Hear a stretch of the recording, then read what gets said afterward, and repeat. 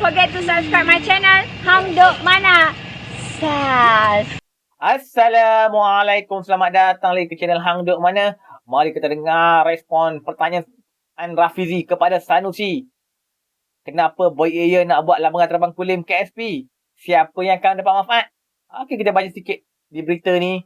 Kalau apa Sanusi cakap, jangan manipulasi laporan tak lengkap untuk tangguh kelulusan XSP. Menteri Persatuan Sementara Kedah, Muhammad Sanusi Muhammad Noor mengingatkan Kementerian menguatkan MOT supaya tidak manipulasi kajian pelan strategik lapangan terbang kebangsaan yang belum dilengkap sebagai langkah menangguhkan kelulusan KSP. Okey, kita dengar respon Rafizi Ramli di akhir nanti kita komen macam biasa. Katakanlah ada 50 bilion. Dekat mana kita nak bagi duit ini? Adakah kita nak bagi untuk projek-projek besar macam lapangan terbang Kulim yang dia nak buat itu? Bunyi besar sampai 4-5 bilion, tapi yang akan dapat manfaat berapa kerat saja.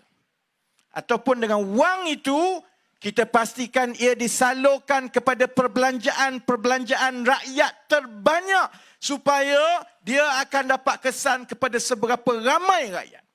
Sebab itu pendirian kita sekarang yang saya dan Datuk Seri Anwar ambil dalam belanjawan yang lepas, ini pendekatan kita. Lebih banyak wang perlu disalurkan kepada projek-projek rakyat dahulu, bukannya projek-projek mega. Senanglah jadi menteri besar, senanglah jadi menteri yang kat bawah ni terbengkalai, tertinggal semua. Hanya cukup dengan mengomong-omongkan, tengok saya sekarang ada satu projek 3 bilion. Sampai bila kita nak buat macam itu? Projek 3 bilion sana, 5 bilion sini, yang dapat hasil 4-5 karat. Saya nak tanya Sanusi. Minggu depan saya nak pergi Kedah kan. Jadi saya bagi peluru dulu supaya Sanusi jawab dulu lah tak? Saya nak tanya Sanusi. Yang kamu beria-ia sangat nak buat lapangan terbang 3-4 bilion ni kenapa? Berapa orang yang akan dapat manfaat daripada lapangan terbang ini?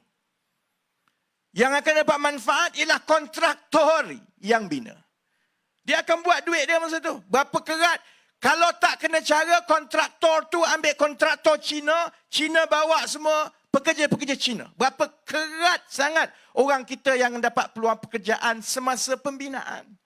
Dia akan bagi macam-macam alasan. Orang kita tak ada kepakaran lah. Orang kita tak ada pengalaman untuk buat lapangan terbang. Oleh itu, maka kita kena ambil pekerja-pekerja negara lain. Habis 3-4 bilion, yang orang kerja kita, orang tempatan kita mungkin 300-400. Itu pun bukan orang Kedah agaknya. Yang kedua, lepas kamu buat lapangan terbang itu, kami nak tahu sebenarnya barang apa kamu nak hantar. Beritahu. Barang apa yang nak naik kapal terbang itu. Pernah tak kita terfikir, ada kapal terbang banyak-banyak ni, kenapa orang masih gunakan kapal untuk hantar kargo? Kalaulah logiknya, macam logik Sanusi, ada kapal terbang, negeri itu maju, ekonomi naik, konon sebab kapal terbang ni lagi banyak nak digunakan oleh pengilang-pengilang orang pengeksport. Habis kenapa lah Port Penang tu penuh, port dekat Kelang penuh, port dekat Tanjung Pelepas penuh. Sebabnya orang yang walaun kau bolehlah tipu. Rakyat biasa kerja tahu kalau hantar pakai kapal terbang jauh lagi mahal. Sebab itu orang hantar pakai kontainer. Sebab itu orang hantar pakai kapal. Sebab bila buat perniagaan besar, kilang dan sebagainya, kita nak ekspor jauh lagi murah untuk pengeksport yang dekat Malaysia ni pakai kapal. Sebab itulah orang tak hantar kargo bertantan kontainer. Pernah tengok kontainer, naik kontainer dalam kapal terbang? Sebab itu saya nak tanya Sanusi, yang kamu beria-ia nak buat lapangan terbang berbilion ni sebab apa? Adakah sebab ada orang-orang tertentu yang toke-toke tanah yang akan dapat laba daripada jual tanah untuk buat lapangan terbang? Adakah kerajaan negeri nak ambil jalan singkat, susah nak majukan negeri untuk bina peluang pekerjaan, untuk dapat hasil serta-merta mentadbir kerajaan negeri? Jalan mudah dia apa dia? Jual tanah untuk kapal terbang. Jual tanah, dapat premium, dapat duit tanah, jadi nampak kaya. Sebab bukan kita tak biasa dengan geng-geng PAS ni. Balak pun semua dia jual sendiri-sendiri. Sebab itu jalan mudah untuk buat wang. Sebab itu saya kata, mentadbir bila kita ada belanjawan duit rakyat yang kita nak bagi, sebenarnya mudah saja kalau nak buat style Sanusi. Umum projek besar sana, menipu rakyat, kononnya ini akan bagi laba. Sebenarnya kita tahu wang peruntukan itu akhirnya hanya sampai kepada beberapa kerat saja, tapi rakyat tak dapat. Sebab itu yang kita buat contoh. Orang mungkin tak hargai sekarang, tapi rakyat akan mula rasa secara perlahan-lahan. Apa yang lagi penting?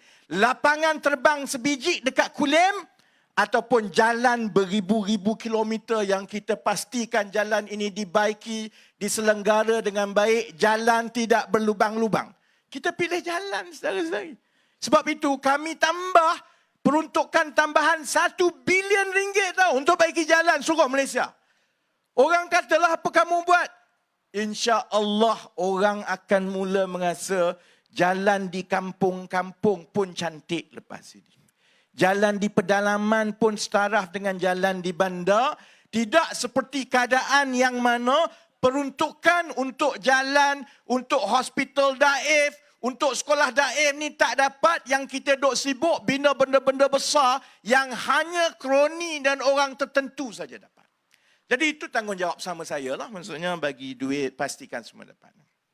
Tanggungjawab kedua, tengok masalah ekonomi, cari penyelesaian, dapatkan keputusan dasar di peringkat kerajaan persekutuan.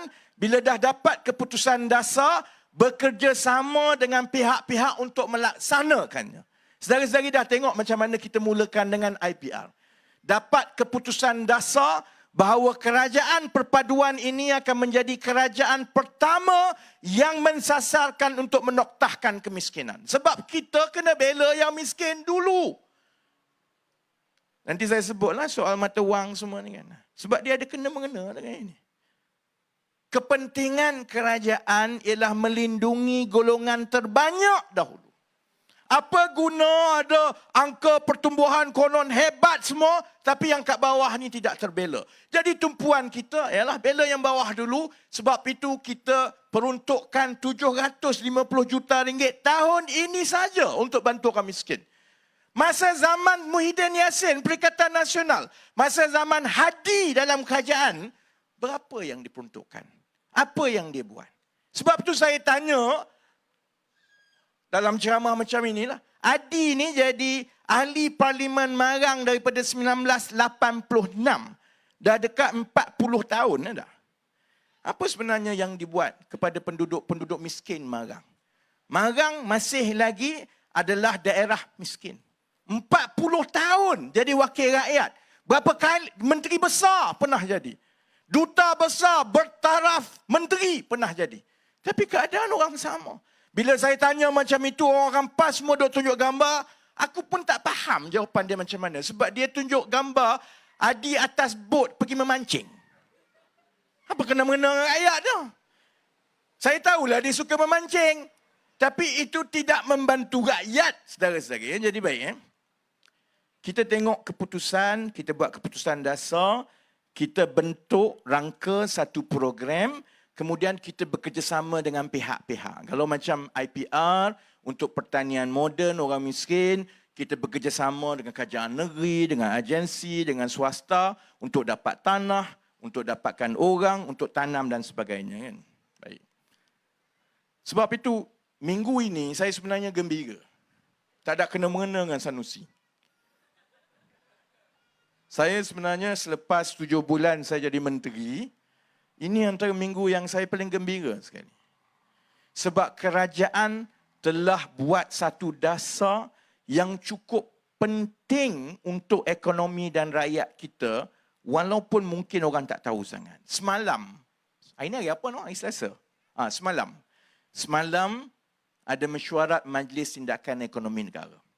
Mesyuarat Majlis Tindakan Ekonomi Negara ini ialah pembuat dasar ekonomi paling tinggi dalam negara kita. Dipengerusikan oleh Datuk Seri Anwar sebagai Perdana Menteri, ada wakil Bank Negara, ada wakil MOF, Kementerian Ekonomi sebagai Sekretariat, ada Timbalan Perdana Menteri 2, ada beberapa orang menteri lain. Sangat kecil. kita bermesyuarat tiap-tiap bulan dan kita melihat dan mengkaji dasar-dasar ekonomi baru yang perlu kita luluskan untuk kita selesaikan masalah ekonomi kita. Minggu ini semalam, satu dasar itu yang bagi saya insya-Allah akan mula membaiki dan mengubati beberapa ketimpangan dalam ekonomi dan masyarakat kita. Dasar itu dipanggil dasar anti Alibaba.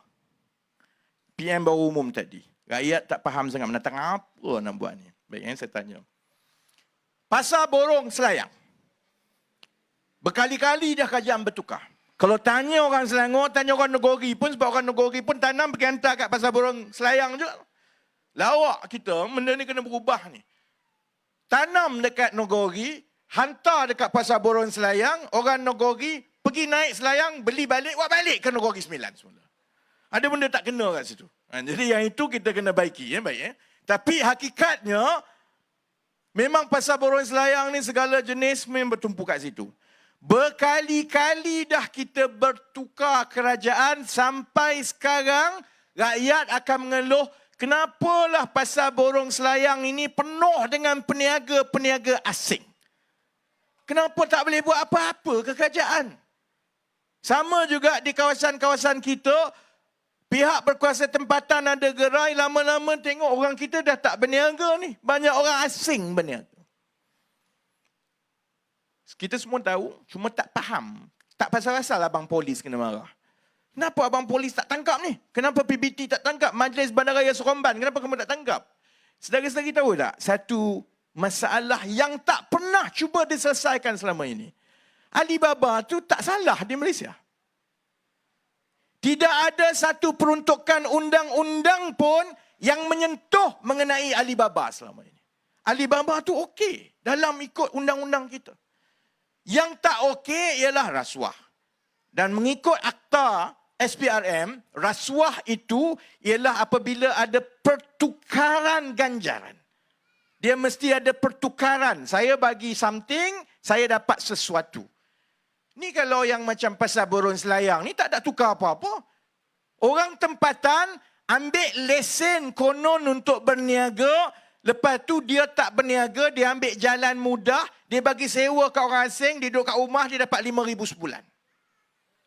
Kalau pasar Ramadan, berebut-rebut, akhirnya yang dapat itu mungkin 4-5 kerat je, dia pun bagi petak kecil-kecil, dia sewakan 1 bulan RM30,000. Tahun itu setiap kali Ramadan, sekali Ramadan dia kaya raya, tahun depan baru dia kerja balik. Benda ni saudara-saudari tahu tak? Meruntun masyarakat kita. Merosakkan ekonomi kita. Tapi dalam undang-undang tak salah. Sebab itu, bila penguat kuasa, abang polis ke, PBT ke, pergi tangkap. Tangkap, malam itu boleh letak dia. Lepas tu nak charge dia untuk apa? Bila tanya dia nak charge dia, dia akan kata, saya pekerja kepada toke saya. Lesen itu toke saya punya. Tapi saya pekerja.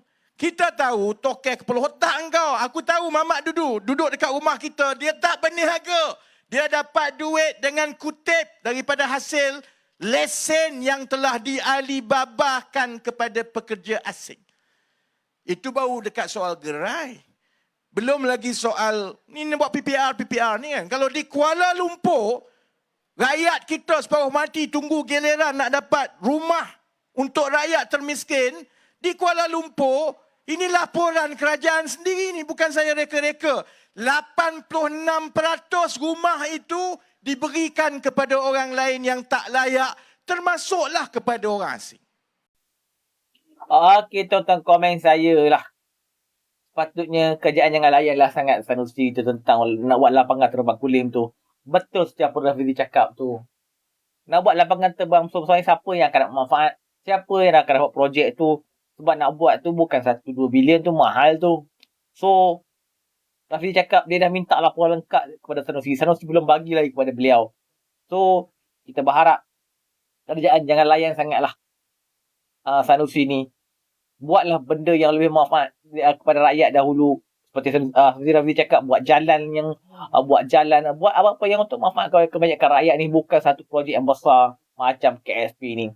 Okey, mari kita menyokong kerjaan Paudan dan PMN Ibrahim. Assalamualaikum.